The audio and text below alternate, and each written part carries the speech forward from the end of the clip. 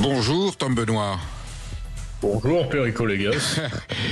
Merci d'être avec nous. La France fout-elle son pognon par la fenêtre?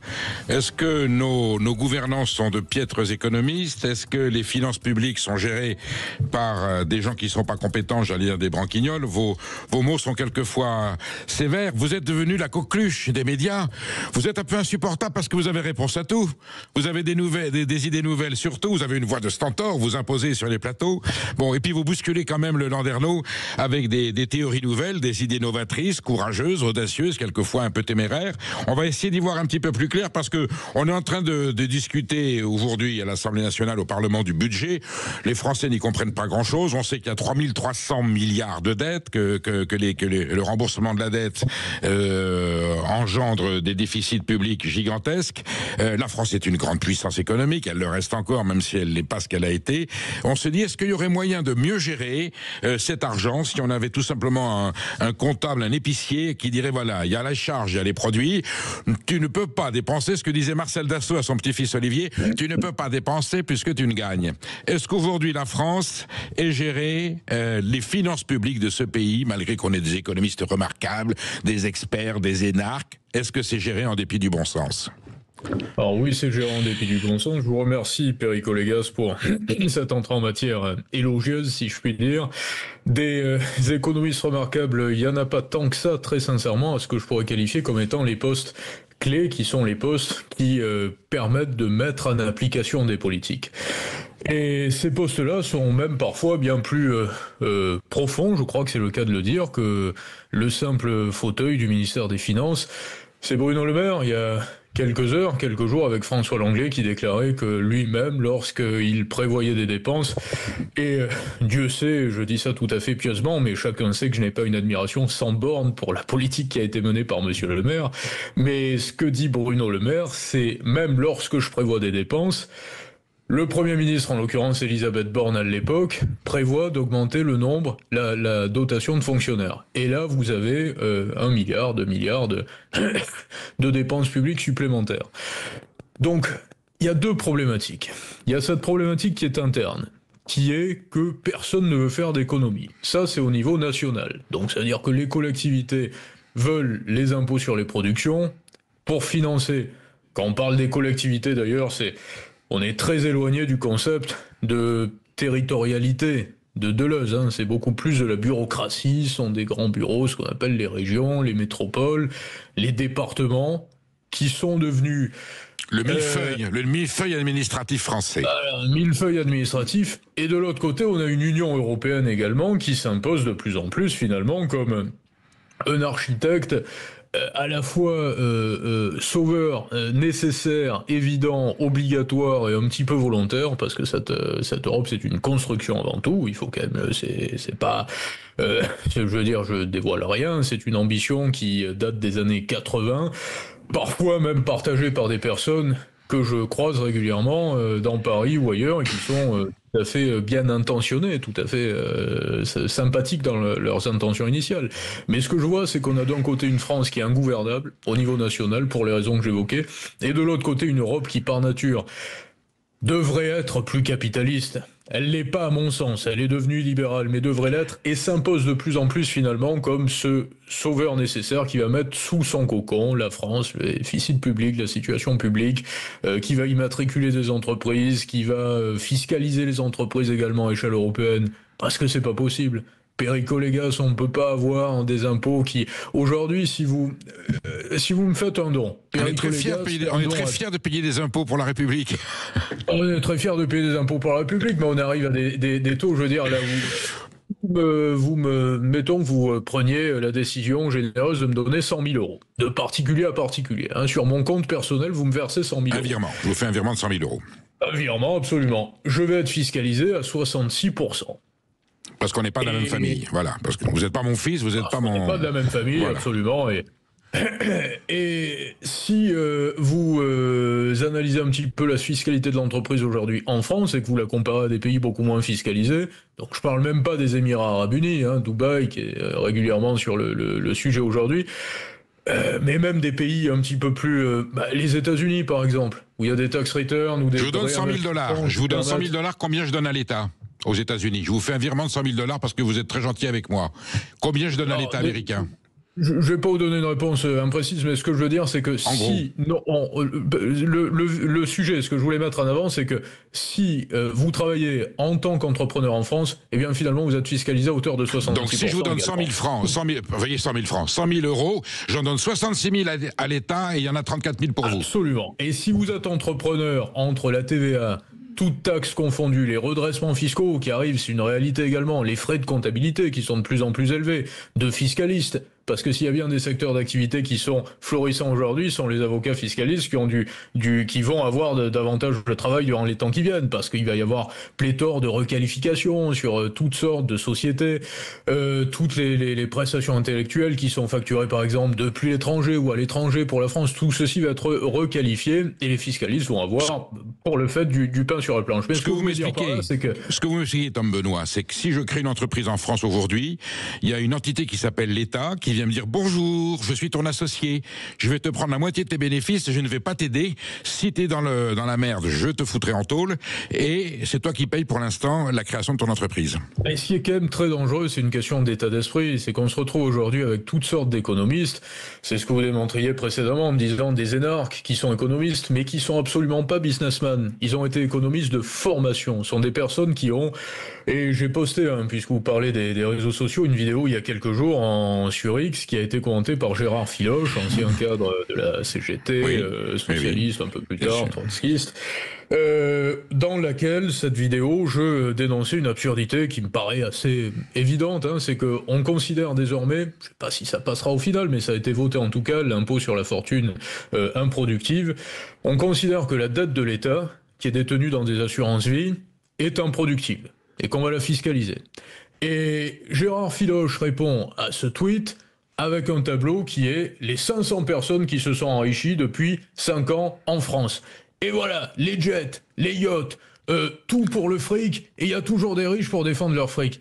Et vous vous retrouvez avec des personnalités comme ça, qui ont quand même 40 ans, il y a 80 ans quasiment, Gérard Filoche, 40 ans de vie politique derrière eux. Et on leur explique des choses, même pas eux précisément, mais ils tombent par hasard finalement dans cet entonnoir d'explications, qui sont assez évidentes. On leur dit, mais regardez, vous avez d'un côté la dette de l'État, et l'État lui-même qui est en train de démotiver finalement les épargnants français à orienter leur épargne vers la dette d'État en leur disant mais si vous prêtez à l'État par l'assurance vie, on va vous taxer parce que c'est improductif. Et ces gens-là n'ont qu'une seule idée en tête, c'est de dire non, mais surtout ne défendez pas, ne justifiez pas ce qui est logique, nous avons un but, une idée fixe, c'est de taxer un maximum et de violer tout sens de la propriété privée. C'est ça qui est terrible aujourd'hui. Tom Benoît, du temps du général de Gaulle, l'économie était planifiée. Est-ce que la planification, ça veut dire que on laisse une marge à l'entreprise pour créer des richesses et que l'État est là pour s'assurer que ces entreprises aient toutes les facilités pour progresser, conquérir des parts de marché et en même temps assurer une espèce d'équilibre fiscal et social pour que les richesses soient justement réparties? Est-ce que la planification est quelque chose qui vous choque ou au contraire on en manque? Oui, c'est quelque chose qui me choque. Alors après, malheureusement, ce qu'il faut observer, c'est que l'histoire, on a tendance à se rappeler des dernières décennies comme si elles avaient fait partie des derniers siècles finalement, et comme si les 30 dernières années étaient représentatives des derniers siècles. On a l'impression que la stabilité monétaire, l'ancrage monétaire, la sécurité sociale par exemple, les systèmes de retraite, les entreprises, l'imposition, tout ceci aurait fait partie dans notre imaginaire collectif finalement de la société depuis la nuit des temps. Et en réalité, c'est pas du tout le cas. On s'aperçoit bien que l'ancrage monétaire, ça a été finalement une période un peu post-Bretton Woods, depuis les années 40 à peu près, jusqu'aux années 90, où il y avait cette fameuse libre entreprise que vous décriviez précédemment et qui était encadrée de loin, mais de très loin par l'État, qui était disposé dans une forme de position sacrée, parce que l'État doit être sacré normalement. Il faut qu'il y ait une forme, et c'est pour ça qu'il n'y avait pas autant de jeunisme précédemment, et je dis ça en toute objectivité, parce que j'ai 30 ans, voilà, mais je veux dire, le jeunisme également, dans toute la classe politique et toute la classe dirigeante, emmène une forme de conflit d'intérêts évident, qui est que vous avez des personnes qui sont en train de faire carrière, et qui pourtant sont sur le perchoir, qui devraient distribuer non pas des coupons finalement de rationnement en disant vous avez droit à ça, vous avez un crédit d'impôt recherche parce que vous avez monté tel dossier, donc on va vous donner tant d'argent. Par le biais de la BPI, on va distribuer 100 millions à telle société parce qu'on pense qu'elle est bonne et qu'elle va être prospère, et que finalement elle l'est pas du tout. On s'en est aperçu avec Nordvolt par exemple. Nordvolt, c'est 200 millions incompressibles d'argent public par la BPI qui a été distribué, qui ne seront jamais remboursés. Il y a des prêts qui vont être remboursés sur Nordvolt, mais vous avez au minimum 200 millions d'argent public qui sont partis en fumée, littéralement, l'argent du contribuable. Tom Benoît, on marque une petite pause, surtout vous nous appelez au 0826 300 300, vous avez des questions à poser à Tom Benoît parce que ça concerne vos finances et votre argent public, et on se retrouve dans quelques instants. Sud Radio. Sud Radio. Parlons vrai. Parlons vrai. Sud Radio. Parlons vrai. Sud Radio. La France dans tous ses états. Conversation passionnante avec Tom Benoît qui est en visio. Vous êtes en terre provençale, je crois, hein, de là vous nous parlez. Tom Benoît. En Monaco, précisément. Bon, vous êtes économiste, vous êtes libéral, souverainiste, directeur de la rédaction de Géostratégie. J'ai une question un peu fondamentale à vous poser, Tom Benoît. Le vrai libéralisme n'est-il pas réservé aux gens bien élevés, dotés de valeurs, respectueux de principes? Nous savons que le socialisme, aux mains d'idéologues bornés, conduit au goulag. Quant au libéralisme, aux mains de financiers dogmatiques, qui conduit à des inégalités mortelles. L'échec du tout État, l'échec du tout argent. Est-ce qu'il y a un juste milieu où on peut associer un bon libéralisme, respectueux de la concurrence loyale et non faussée, celui de Tocqueville quelque part, et malgré tout l'intérêt de l'État? Mais je crois qu'on est encore un peu trop intellectuel dans cette catégorie de raisonnement, finalement. Il ne faut pas avoir peur de parler de capitalisme et pas forcément de libéralisme. Vous savez que si vous allez aux États-Unis, le libéralisme aux États-Unis, c'est la gauche, hein, c'est la démocratie, ce sont les démocrates mais ça a été longtemps la gauche en Europe. Les démocrates de gauche. Et je crois que on le voit bien avec la mairie de New York, qui est reprise également par un démocrate des plus à gauche, justement. Alors, on le traite de socialiste dans les médias. On le qualifie de socialiste dans les médias. Non, mais il se qualifie lui-même de socialiste, comme Emmanuel Macron s'était qualifié de socialiste également. Il a été écarté, c'est vrai, on avait oublié. Parti socialiste, et quelques années plus tard, il a déclaré que la sincérité le forçait à avouer qu'il n'était pas socialiste. J'ai envie de dire qu'aujourd'hui, on se pose la question et qu'on se demande finalement si Emmanuel Macron est socialiste, démocrate, libéral, capitaliste ou européen, je n'en doute pas, et quoi d'autre encore. Mais en tout cas, le maire de New York se qualifie lui-même comme socialiste, comme musulman également, et on voit qu'il y a tout ce bord aujourd'hui qui met en avant une forme de libéralisme dans la pire des situations de leur point de vue, mais surtout pas de capitalisme. Et je crois qu'il faut pas avoir peur finalement de rappeler que l'échelle de la valeur, c'est quand même, on la mesure en argent dans le monde de l'entreprise, en tout cas, et qu'au final on la mesure toujours finalement avec une unité monétaire. Et c'est pour ça qu'on a toujours dit que la bonne monnaie chasse la mauvaise, et qu'on voit apparaître, lorsqu'il y a trop d'impression monétaire, justement des concepts monétaires nouveaux, parfois plus libertariens, parfois parallèles, parfois dans d'autres États. Il y a quand même un capitalisme, Tom Benoît, il y a quand même un capitalisme libéral et un capitalisme néolibéral, et on sait qu'aujourd'hui ce ne sont pas les mêmes valeurs. Mais ce qu'on appelle le capitalisme néolibéral, c'est le capitalisme évidemment qui est dirigé finalement, mais qui s'éloigne totalement du capitalisme, puisque ça n'est pas l'économie de marché, mais là on est dans une dimension assez philosophique, pour ainsi dire. C'est la nuance entre le libre-échange, le libre-échangisme et l'économie de marché. Mais le libre-échangisme, c'est encore autre chose, à la rigueur. Pourquoi pas? Je veux dire, dans une société qui est interconnectée, on peut libre-échanger, on peut échanger. Alors là, après, il y a des concepts écologiques aussi qui entrent en ligne de compte. On se dit, est-ce que ça vaut le coup, finalement, d'importer, de réexporter, de transformer dans différentes parties du monde? Mais ça, c'est encore un autre sujet. C'est pas fondamentalement anticapitaliste. Ce qui est anticapitaliste, évidemment, c'est la mainmise surdimensionnée de l'État dans les paiements, tout simplement. On va appeler ça d'une façon très claire, dans les paiements, c'est-à-dire dans les échanges de valeurs, voulus par les entreprises, par les populations, citoyens ou entreprises. Tom Benoît, nous avons Chantal qui nous appelle de Bastia. Bonjour Chantal. Bonjour, vous allez bien? Ça va, vous vous intéressez à l'économie aujourd'hui? Oui, je m'intéresse à beaucoup de choses, mais entre autres, en plus, j'ai écouté une vidéo de Monsieur Tom Benoît. Bonjour Monsieur Benoît. Bonjour Chantal. Hier soir. Donc sur l'urgence, justement, comment sauver la France, qui était donc une vidéo. Alors écoutez, la dette publique, puisque c'est ça dont on parle. Alors moi, je me suis amusée à regarder les pays qui étaient hors Union européenne, comme la Norvège, l'Islande, la Suisse. En regardant donc leur dette publique, qui est vraiment minimaliste. Et après, j'ai regardé les pays qui étaient dans l'Union européenne, mais qui étaient hors euro. La Suède, la Bulgarie, qui a la dette publique la plus basse de l'Union européenne, 24%. Alors, je pense qu'en économie, on s'est complètement planté avec l'euro, puisque l'euro était trop fort, puisqu'il était adossé au Deutschmark quand il a été fait, et que pour être compétitif, c'est un peu compliqué quand on ne maîtrise pas sa monnaie. Ça, c'est le premier point. Et le deuxième point, je pense qu'à un moment donné, il y a les dépenses, certes, mais bon, des fonctionnaires. Moi, je suis fonctionnaire, je travaille dans la santé, je suis personnel de santé, et j'ai entendu, justement, M. Benoît parle souvent des administratifs dans les hôpitaux. Et je peux vous dire qu'heureusement, pendant le Covid, ils étaient là parce qu'ils étaient sur le pont que nous, pour gérer tous les stocks, toute la logistique, à démonter, à remonter les services. Et heureusement qu'ils étaient là. Donc je leur tire quand même un grand coup de chapeau. Après, je veux dire, à un moment donné, si on veut faire une vraie économie qui soit compétitive, il faudrait peut-être penser à l'énergie. Quand on voit que nos parents et nos grands-parents se sont sacrifiés sur les centrales nucléaires, sur tout ce qui était hydroélectrique pour qu'on ait une énergie la moins chère d'Europe et qu'on exportait à l'époque, et qu'aujourd'hui, avec le marché de l'électricité, le marché européen de l'électricité, qui nous ruine et qui ruine les entreprises aussi, parce qu'il est très difficile pour les artisans, on a vu les factures qu'on multiplie par 4, par 5, on n'a jamais eu autant d'entreprises qui ont fermé. Donc je crois que l'économie, dites-moi M. Benoît si je me trompe, c'est un tout. Il faut que les entreprises puissent prospérer, que ce soit les petites et moyennes entreprises qui sont le tissu de l'économie en France, et il faut donc que notre énergie, on retrouve notre souveraineté énergétique et qu'on enlève, vous parlez du plan, le haut commissaire au plan, où M. Bayrou est resté 4 ans, 6 mois et 2 jours dans le haut commissaire. Il était haut commissaire du plan. Moi, je ne sais pas ce qu'il a fait. Après, il disait que nous, on ne travaillait pas assez, qu'il fallait nous enlever 2 jours. Chantal, il y avait un ministère du plan du temps du... Le dernier, c'était Michel Rocard en 88 ou 87, vous voyez, un petit peu après.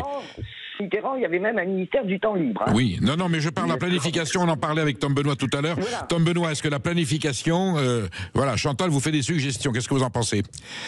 Écoutez, alors déjà par rapport à l'euro, ce que souligne Chantal est tout à fait juste.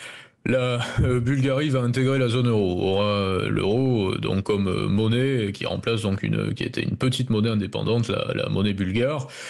Il y a le Danemark qui fait pas partie aujourd'hui de la zone euro et on s'aperçoit en effet que l'euro a été non pas mal pensé finalement, mais mal exploité, que ça aurait pu être une monnaie forte, qui aurait été une monnaie intéressante et qu'au lieu de ça, ça a été un parapluie simplement qui a servi à tous les pays d'Europe de l'Ouest essentiellement. Vous dites d'ailleurs que c'est fini ça, que l'espoir est terminé. Se surendetté. Écoutez, c'est jamais fini finalement, mais quoi qu'il en soit, l'euro n'est pas fini puisqu'on va pas sortir de l'euro vraisemblablement. Non mais l'espoir que ça soit une grande monnaie comme le dollar, c'est fini pour vous. Non mais oui, l'espoir que ce soit une monnaie qui puisse rivaliser avec le dollar, mais ça a jamais été, l'euro n'a jamais été pro au sérieux dans le commerce international comme une monnaie comme le dollar, comme une devise internationale. Les échanges en euros, que ce soit dans les secteurs comme l'import-export, dans les commodités, se font uniquement lorsqu'il y a un pays de la zone euro qui est mêlé, ce qui n'est pas le cas pour le dollar. Pendant des années, encore aujourd'hui, vous avez eu jusqu'à 90% des transactions internationales qui étaient faites en dollars. C'était la monnaie de tout le monde, entre la Chine, l'Arabie Saoudite, tout passait en dollars, c'était pas le cas avec l'euro.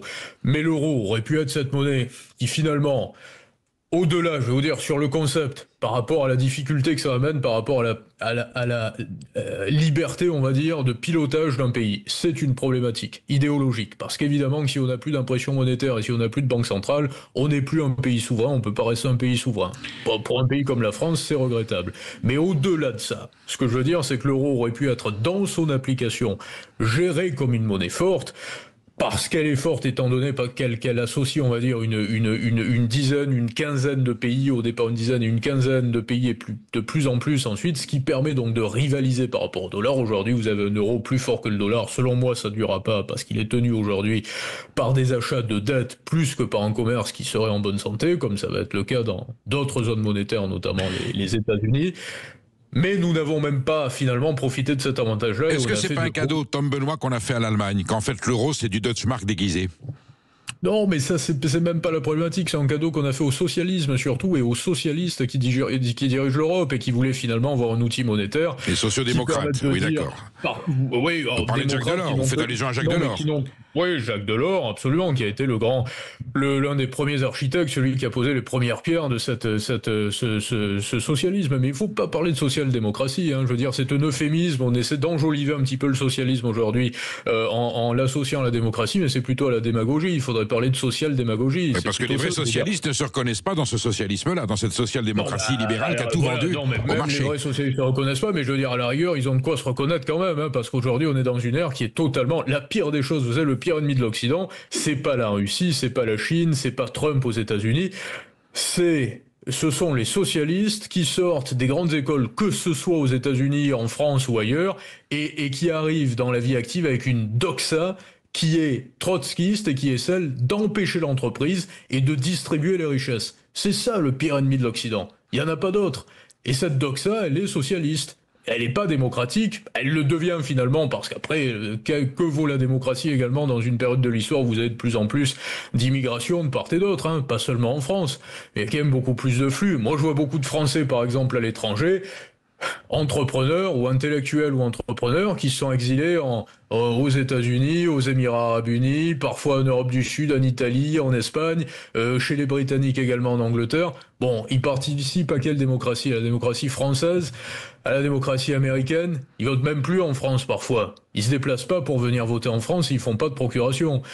Et vous vous retrouvez en France dans le sens inverse avec quand même 400 000 personnes qui arrivent chaque année et qui ne sont pas français au départ. Donc est-ce qu'on peut continuer à gérer d'une façon démocratique des États, premièrement qui ont des pouvoirs assez autocratiques par ailleurs et supranationaux comme l'Union européenne, et d'autre part énormément d'immigration au sein de leur territoire démocratique? On y répond dans quelques instants. Vous restez tous avec nous. Vous nous appelez au 0826 300 300 et on continue ce débat passionnant avec Tanguy Benoît. À tout de suite. Toute cette semaine, rendez-vous à 18h avec Cécile Dominibus et Philippe David dans Les Vraies Voix Sud Radio. Midi 14h, Sud Radio, la France dans tous ses états. Nous sommes avec Tom Benoît, un économiste, directeur de la rédaction de Géostratégie. Alors, Tom Benoît, là, il bouscule tout, il chamboule tout, il casse tous les codes, mais c'est peut-être comme ça qu'il faut y arriver pour sortir un peu du marasme dans lequel on se trouve. Tom Benoît, la France aujourd'hui, le déficit de la France s'élève au deuxième trimestre 2025 à 3 416 milliards et quelques, c'est-à-dire 115% du produit intérieur brut. On entend dire qu'on ne remboursera jamais cette dette, c'est un leurre, c'est un mensonge. Par contre, ça pèse sur les intérêts de la dette, les taux de remboursement annuels qui sont très lourds. Est-ce que effectivement on ne la remboursera pas? Ces 3 416 milliards, on les remboursera pas, mais il faut rembourser les intérêts de la dette. Ça, c'est important. C'est tout à fait résumé. Mais alors, ce qu'il faut noter au passage, c'est que évidemment qu'on va pas rembourser la dette dans son intégralité. Par contre, vous avez deux différences fondamentales, une différence majeure entre un État qui va être endetté essentiellement à l'intérieur, c'est-à-dire auprès de ses épargnants, parfois français, et qui n'a pas de sortie de capitaux lorsqu'il rembourse sa dette. Et par ailleurs, un État comme la France qui voit, d'autant plus, ses acquisitions de titres obligataires, donc de dettes, cette proportion d'achat par des étrangers augmenter d'année en année. Ça veut dire qu'il y a beaucoup plus en 2025 d'étrangers qui nous ont prêté que ce qu'il y avait d'étrangers, donc des Qataris, des Chinois, un peu des Américains. Précédemment, c'était des Russes. Maintenant, je pense qu'il n'y a plus beaucoup de Russes vu que les savoirs ont été gelés et qu'ils n'ont plus la main sur les titres qu'ils avaient achetés. Il y a un pays qui se distingue d'ailleurs. Il y a un pays, Tom Benoît, il y a un pays qui se distingue. J'en ai parlé régulièrement. Il n'y a aucun audit qui est réalisé sur l'origine de ces prêteurs, ce qui est d'autant plus dramatique. Ça veut dire que c'est le terrain propice à toute forme de corruption passive et d'appauvrissement du pays et d'opacité. Ce sont des choses qui peuvent se décider dans l'obscurité, dans l'ombre, en aparté entre certains grands patrons de fonds, par exemple qataris, qui pourraient réclamer auprès de politiques français ou européens, parce que c'est le cas également dans d'autres pays, des avantages fiscaux, par exemple, pour installer des sociétés ou acheter de l'immobilier en France en échange de l'acquisition de titres obligataires. Donc on est en train, effectivement, notamment par le fait qu'on ne puisse pas avoir, nous, en quelque sorte français, dans notre entier, de droit de regard sur nos prêteurs, sur les créanciers de la France, ceux qui financent le train de vie aujourd'hui démesuré de l'État français. On se met dans une position effectivement extrêmement dangereuse parce qu'on a d'ici à 2025 le premier poste de l'État, dans 2 ans, le premier poste de dépense qui est le refinancement de la dette. les intérêts et la charge d'intérêt de la dette. C'est-à-dire que le premier poste de l'État devant l'éducation nationale, devant tout le reste, je parle même pas des économies qu'il y aurait à faire dans tout ça, ça devient le remboursement et en moitié, donc des sorties de capitaux, ça veut dire que à horizon, je fais des calculs approximatifs, mais de 2027, vous avez une pompe qui est amorcée avec 30 ou 40 milliards qui partent chaque année vers vers l'extérieur. Ça veut dire que la France ne travaille pour elle qu'à partir du mois de juillet ou du mois d'août, quoi, si c'est pas plus. Tom Benoît, est-ce que vous êtes très sceptique sur l'euro et vous n'êtes pas le seul, mais vous le dites avec des mots très précis qui sont vos mots à vous. Est-ce que la solution, alors c'est à la fois ce qui aurait pu être monnaie unique, monnaie commune, est-ce qu'il faut repenser l'euro dans le sens d'une monnaie commune ou on reste sur une monnaie unique? Ou est-ce qu'on peut le repenser différemment? Ou ne faut-il plus? Ça serait obligatoire. Ou ne faut-il plus Malheureusement, moi je vais vous faire une prédiction, c'est que l'euro va courir à une catastrophe qui est une catastrophe socialiste, c'est évident, et ça passera par l'euro numérique également. Le seul bloc libéral aujourd'hui qui devrait l'être, c'est-à-dire l'Europe, qui est en train de diviser sa structure monétaire pour émettre un euro numérique, sans être trop technique, mais qui est tout simplement une seconde monnaie banque centrale qui ne passera pas par les banques commerciales. C'est pas un bitcoin quand même, c'est pas un bitcoin européen que vous nous prédisez. Non, c'est pas un bitcoin, non, justement, c'est pas du tout un bitcoin, c'est une monnaie numérique de banque centrale. Mais je veux dire, ça sera à la rigueur un euro scriptural, c'est-à-dire l'argent que vous, Perico Légas, avez à la BNP, par exemple, au Crédit Mutuel. Je sais pas dans quelle banque vous êtes, mais si vous vous connectez sur votre application bancaire, vous voyez 100 000 euros, 10 000 euros, 300 000, le montant de vos économies sur votre compte courant ou sur d'autres comptes. Ça, je vous signale, vous n'étiez pas né, c'était ce que devait être l'écu. Le projet de l'écu, c'était un petit peu ça. Absolument, mais l'écu était l'ancêtre de l'euro, mais pas de l'euro numérique. L'écu était l'ancêtre c'était ce serpent monétaire qui servait justement à quelques entreprises, justement, dans les années 70. Monnaie commune, pas monnaie unique. Monnaie commune, absolument. Monnaie commune, mais qui n'était pas une monnaie d'usage. Personne ne payait un écu. C'est les entreprises qui pouvaient échanger un écu. Mais entre-temps, l'euro a été créé. Et ce à quoi on assiste aujourd'hui, c'est une division même de l'euro avec un projet d'euro numérique qui avance de plus en plus vite.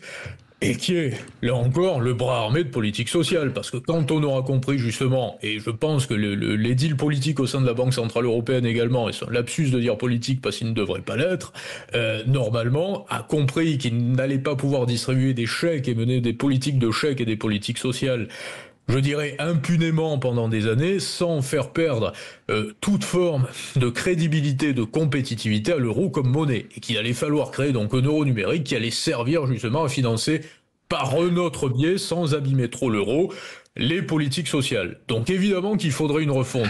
Elle ne se fera certainement pas. Et ce qui est le plus dramatique aujourd'hui... Pourquoi vous pensez qu'elle ne se fera pas? Mais parce que ça n'est pas, comme je vous le disais, il y a une dimension aujourd'hui, il y a un problème qui est au-delà des sujets économiques, de logiciel. C'est que les politiques européens aujourd'hui ou français ne veulent pas de société capitaliste. Donc ils ne vous mettront pas à disposition un système opératoire, un appareil monétaire, parce que la monnaie c'est une machine-outil, c'est l'architecture de tout ça, c'est pas le conducteur de la machine, c'est le moteur, c'est l'architecture, c'est le système, c'est les cieux. Ils ne vous mettront pas à disposition une monnaie qui permet de faire du business. Tom Benoît, c'est hallucinant ce que vous nous racontez. Tous les experts de gauche nous expliquent qu'on est dans un capitalisme sauvage et barbare avec des lois néolibérales qui détruisent l'économie, et vous nous expliquez non, si ça va si mal, c'est parce qu'on est encore trop dans une formule socialiste. C'est surréaliste. Absolument, mais qu'on y va de plus en plus. Ouais, ce ne sont pas des élucubrations. La part de l'État a pris une proportion phénoménale qui s'est accrue depuis ces dernières années. Combien, si vous coupez aujourd'hui tous les crédits d'impôt, que ce soit recherche, les crédits d'impôt, aux médias également, à la culture, à la formation c'est 50 milliards par an de crédits d'impôt, parfois qui passent d'ailleurs simplement au-delà du crédit en subvention. Si vous coupez toutes ces subventions, vous avez la moitié des sociétés françaises qui partent en faillite aujourd'hui. Donc je veux dire, c'est bien la preuve formelle que la société française aujourd'hui n'est plus une société capitaliste, mais qu'elle est une société socialiste dirigée. Si vous voulez sauver la France, c'est pas compliqué. Je vais vous dire au-delà de l'euro, mais si vous voulez on vous écoute, hein. On vous écoute avec toutes ouïes. Vous coupez toutes les aides, crédit d'impôt recherche, aux entreprises. 80%, vous faites progressivement, vous montez une commission de 10 experts qui analysent les quelques aides qui ne pourraient pas être supprimées et celles qui s'inscrivent dans de la complaisance. En contrepartie, vous abaissez pour toutes les sociétés l'impôt sur les sociétés à 15%. C'est la Norvège, hein, c'est pas les Émirats Arabes Unis, c'est 0, la Norvège c'est 15, c'est pas... voilà. Vous abaissez la TVA avec un forfait unique à 15% également, standard. Vous la rehaussez même pour certains, pour ceux qui ont des taux réduits, vous les mettez à 15%, mais ils auront seulement 15% d'impôt sur les sociétés.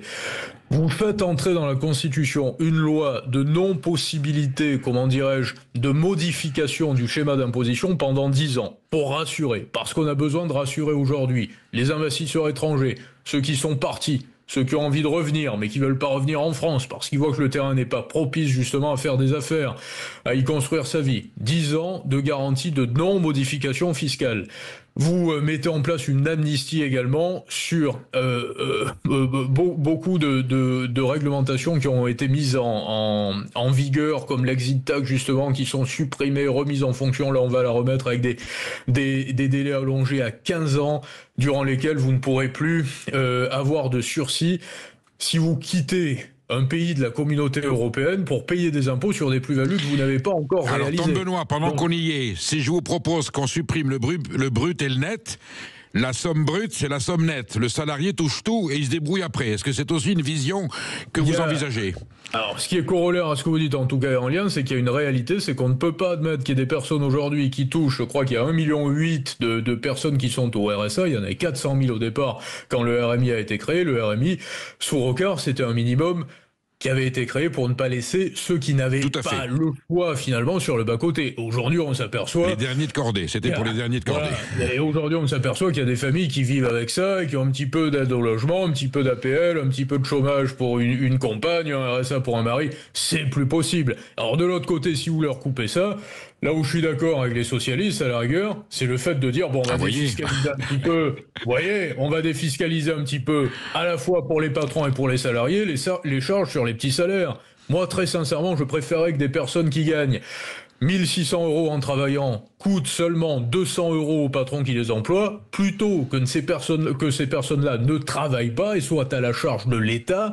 Donc indirectement, de patrons surfiscalisés de l'autre côté qui ne peuvent pas financer également des salaires et des investissements et qui touchent aux alentours de 1 400 ou 1 500 € sans travailler. Raymond Barre aurait été ravi de vous connaître. Vous avez un écart de génération, mais il est à peu près sur cette ligne-là, avec quelques nuances plus étatistes, bien sûr. Il y avait plusieurs. Mais il y a eu des gens qui ont pensé ça en France. Il y avait beaucoup, mais il y en a de moins en moins aujourd'hui. Ou alors ils ont 80 ans. C'est Alain Madelin, le dernier, qui est peu connu, on va dire, peu exposé, mais qui passe régulièrement pour une chronique sur LCI, et qui est à peu près sur cette ligne, en tout cas, qui comprend un petit peu le fonctionnement de l'entreprise. Mais donc, ce que je suis en train de vous expliquer, c'est que les méthodes, elles existent et elles sont pas si savantes que ça, parce que vous savez, le réel vous éteint aussi vite que ce qui vous rattrape ou ce qui peut vous sauver. Quand vous avez un principe de surimposition et d'asphyxie de l'économie, qu'est-ce que vous faites ? Vous créez de nouvelles taxes, comme le fait le Rassemblement national aujourd'hui. C'est quand même dramatique, hein, parti d'extrême droite. Moi, à la rigueur, je me considérerais ouvertement comme je sais pas comment on peut appeler ça, ultra-droite ou extrême droite. J'aurais même pas peur de dire le mot, parce que l'extrême droite, c'est pas le nazisme, c'est pas, on l'a associé à tout ça, c'est finalement... Ça devrait être l'ultra-capitalisme. C'est tout. Il n'y a rien de plus dramatique. On poursuit cet échange dans quelques instants, Tom Benoît. Vous restez avec nous. Vous nous appelez, chers auditeurs, au 0826 300 300 et on va essayer de conclure avec une note positive sur les projets, sur la définition et sur le diagnostic terrible que nous fait Tom Benoît. À tout de suite. Sud Radio. Sud Radio. Parlons vrai. Parlons vrai. Sud Radio. Parlons vrai. Midi 14h. Sud Radio. La France dans tous ses états. Il y a tout au long des marchés de Provence qui sentent le matin la mer et le midi. Le matin au marché.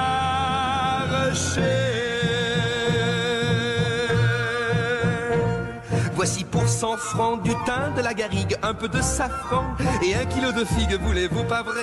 Un beau plateau de pêche ou bien d'abricots. Voici l'estragon et la belle échalote, le joli poisson de la Marie-Charlotte, voulez-vous pas vrai? Un bouquet de lavande ou bien quelques œillets. Tom Benoît, je me suis permis de vous faire écouter cette magnifique chanson de Gilbert Bécaud qui vante les parfums, l'âme de la Provence, des marchés provençaux, parce que je sais que vous êtes attaché à la Provence, qui a une histoire, qui a une culture, qui a un passé, c'est peut-être une petite nation. Est-ce que l'avenir, finalement, n'est pas une forme de décentralisation, que les territoires s'assument, que l'on crée des économies locales, que l'on crée des marchés locaux, et que finalement, cette globalisation nous mène à la barbarie, et qu'il faut revenir à des liens plus humains, plus proches de la réalité ? Écoutez, oui, sûrement. Alors après, vous savez, attaché à la Provence, oui, je l'ai été longtemps. J'aime cette Provence dans laquelle je suis né, et qui est un territoire assez particulier, on va dire. Mais je pense qu'il y a des personnes qui sont beaucoup plus attachées que moi, puisque moi, j'envisage beaucoup plus ma vie ailleurs aujourd'hui, et plutôt à l'étranger d'ailleurs, par rapport à la France et par rapport à ce qui est devenu la France. Donc je pense que, au même titre que l'honnêteté poussait Emmanuel Macron à dire qu'il n'était pas socialiste, la sincérité, moi aussi, me pousse à dire que finalement, je n'aime plus vraiment la France. Vous n'allez pas émigrer, vous n'allez pas émigrer voilà. Quand même. Vous n'allez pas émigrer, si vous posez la question. Pourquoi pas, Perico-Légas? Moi, je vous pose la question. Voilà, non, mais moi, je vous réponds très sincèrement. La question, c'est même pas, c'est le problématique, c'est même pas moi. C'est qu'aujourd'hui, vous avez déjà énormément de Français qui émigrent. Combien de Français sont partis? Combien depuis le théâtre dramatique qui est présenté aux Français à partir de la première démission de Le Cornu et le nouveau budget 2026, combien d'argent est parti en Suisse et à Luxembourg d'épargnants qui n'ont peut-être pas encore immigré, mais finalement qui ont sorti leur cage de leur assurance vie ici pour les faire partir déjà toujours dans l'UE ou dans l'Europe, mais dans des pays un petit peu plus sûrs. Combien d'entrepreneurs sont allés tenter leur chance aux États-Unis? Qu'est-ce qu'on a ici? Alors je vais vous répondre, Tom Benoît. Demain s'ouvre le salon du Made in France. Vous allez me dire, c'est une anecdote. Il y a encore des entrepreneurs, il y a encore des investisseurs français, il y a encore des patrons qui y croient, qui sont patriotes. Voilà, c'est quoi ces gens-là? Ils se trompent? Non, mais c'est pas qu'ils se trompent, c'est que c'est une mascarade. Des entrées de capitaux, vous savez, les startups qui sont financées aux États-Unis, vous avez 10 fois plus d'investissement bancaire pour les startups américaines qu'il n'y en a en France. Vous avez 70% de la création industrielle aux États-Unis qui est financée par des sociétés américaines. Ça veut dire que l'innovation industrielle aux États-Unis appartient aux Américains.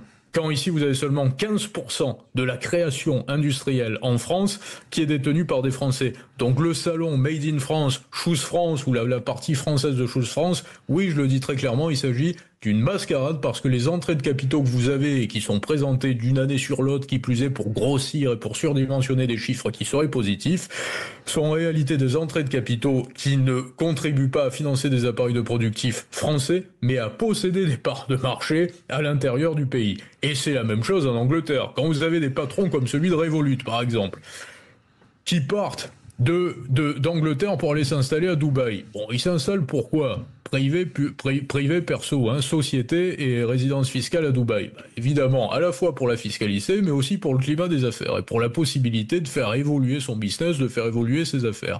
Et aujourd'hui, vous avez de plus en plus de patrons, d'entrepreneurs, d'individus qui quittent le territoire parce qu'il est devenu, au-delà des difficultés qu'il y a en étant entrepreneur, c'est déjà suffisamment compliqué d'être entrepreneur. Il faut avoir des idées, il faut les mettre en place, il faut être concentré sur des opérations qu'il faut mener à leur terme, il faut parfois faire entrer des investisseurs.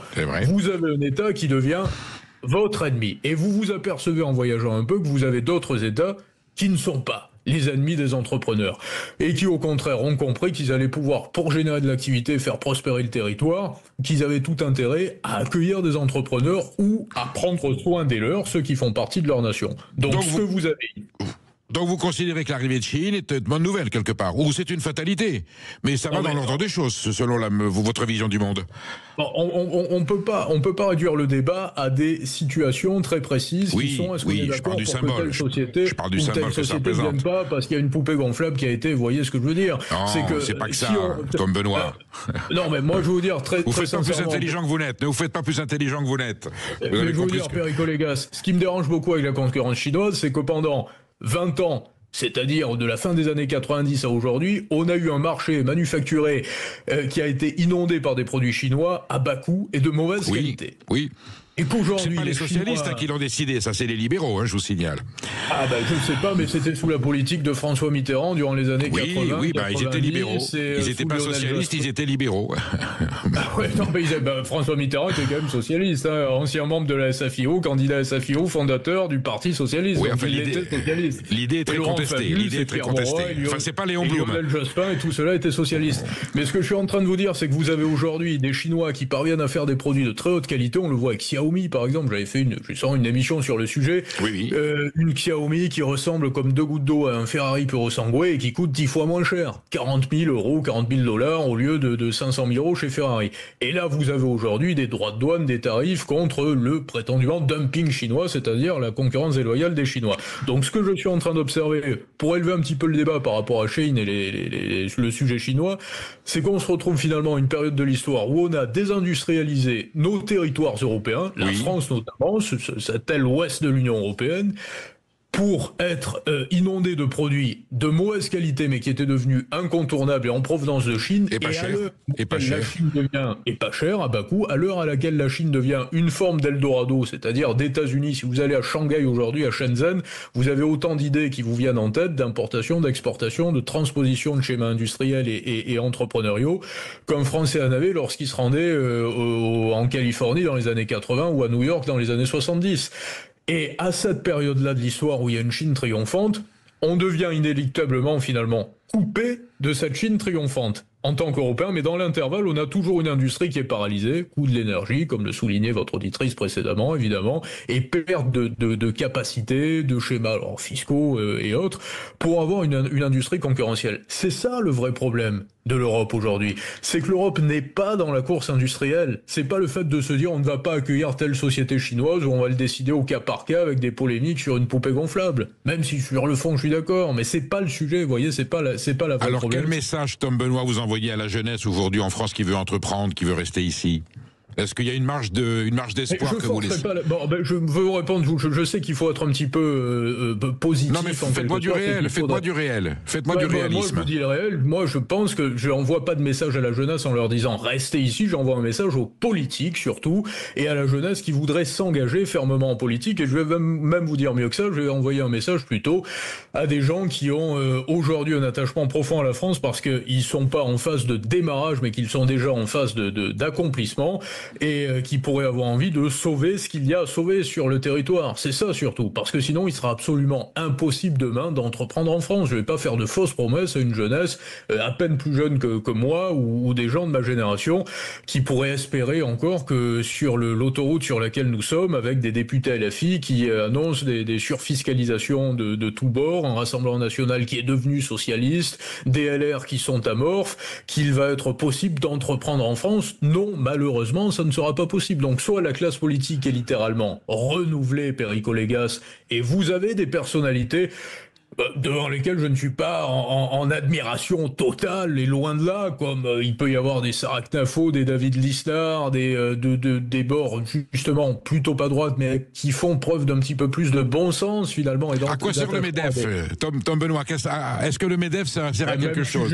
Même sujet, je vais pas leur jeter la pierre individuellement, mais je vais vous dire, j'ai beaucoup d'amis au MEDEF qui eux-mêmes ne s'inscrivent pas du tout sur la ligne du MEDEF. Pourquoi? Parce que le MEDEF est devenu une organisation socialo-étatique également. Ça n'aperçoit tout. Je veux dire, le vrai MEDEF aujourd'hui, le vrai mouvement de l'entrepreneuriat, c'est pas le MEDEF, c'est pas un collectif que vous allez voir représenté dans les petits salons de Bercy lorsqu'on se pose quelques questions. Ce sont des gens qui ont réellement des business, sont des patrons de supermarchés par exemple, qui ont 3 Leclerc, 2 casinos, sont des petits entrepreneurs de TI, sont parfois également des très grands patrons qui ont eu des réussites totalement capitalistes sans soutien de l'État ou qui ont su magnifier ensuite un soutien de l'État et qui ont fait, on dénigre régulièrement Bernard Arnault, là c'est pareil, je suis pas d'admiration sans borne devant Bernard Arnault, mais Bernard Arnault ou LVMH c'est pas à peu près 4 milliards d'empreintes fiscales. Tom Benoît, le pavé est dans la mare, il est bien tombé dans la mare, il a éclaboussé tout le monde, et si les députés nous ont écoutés, je pense qu'ils vont aller à la buvette pour se remonter le moral. On se retrouve bientôt parce que je pense que l'aventure va continuer. Merci d'avoir été sur Sud Radio aujourd'hui.